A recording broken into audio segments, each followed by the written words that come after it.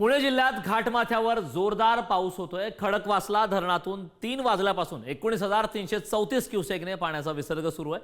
प्रशासनातर्फे नदीकाठच्या लोकांना सतर्कतेचा इशारा देण्यात आलाय। 3 वाजता खडकवासला धरणाच्या परिसरातून आढावा घेतला आमचे प्रतिनिधी ज्ञानेश्वर चौतमल यांनी। पाहूया त्याचा परिणाम म्हणून पाण्याचा खडकवासला धरण परिसरामध्ये आपण आहोत आणि 3 वाजल्यापासून खडकवासला धरणातून जो विसर्ग आहे तो वाढवण्यात आलेला आहे।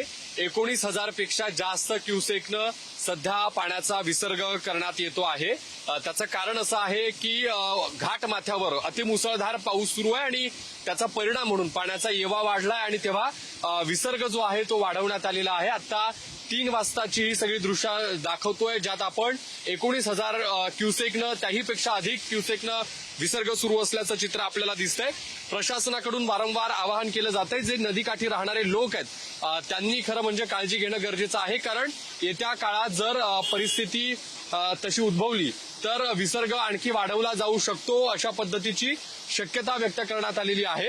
19,000 पेक्षा जास्त क्युसेकनं विसर्ग जो आहे तो खडकवासला धरणातून सुरू आहे। जर गरज पडली तर येत्या काळात हा विसर्ग वाढवला जाऊ शकतो अशा पद्धतीची देखील शक्यता आहे। व्हिडिओ जर्नलिस्ट संपत मोरे समीर, ज्ञानेश्वर चौतमल, पुढारी न्यूज, खडकवासला, पुणे।